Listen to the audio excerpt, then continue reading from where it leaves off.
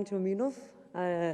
Немам многу познавања во областа на земјоделието, меѓутоа ќе се обидам да ви реплицирам кратко и општо од оние податоци кои што сум ги добила од страна на граѓаните во случајов овоштарите. Значи, не е успех да му се помага на некому откако ќе пропадне.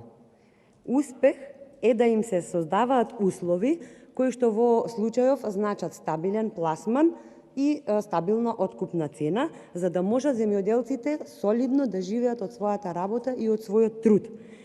Не би се согласила дека станува збор за неселективна помош, затоа што во комуникација со Ресенчани конкретно, имам информација дека не сите се регистрирани земјоделци и не сите овоштари имаат регистрирани земјоделски стопанства, не по нивна вина, значи заради административни пречки, несредени од типот на несредени имотноправни односи и слично. А сите имаат доказ дека доказ од страна на трговецот, односно од страна на откупувачот, дека предале јаболка и по која цена ги предале.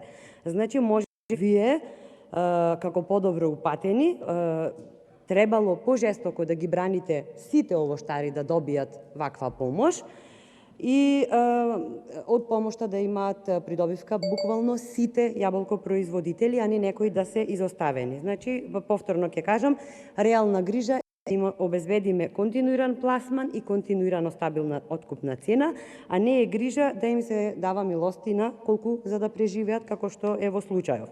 Имајќи го во предвид фактот дека овоштарите и општо земјоделците не ни се по нивите, туку голем дел од нив се по улиците, е доволен доказ дека со ваквото ваше однесување на земјоделците не им останува ништо друго освен од своите овошни насади да ги исечат и да си направат питачки стапови, за жал.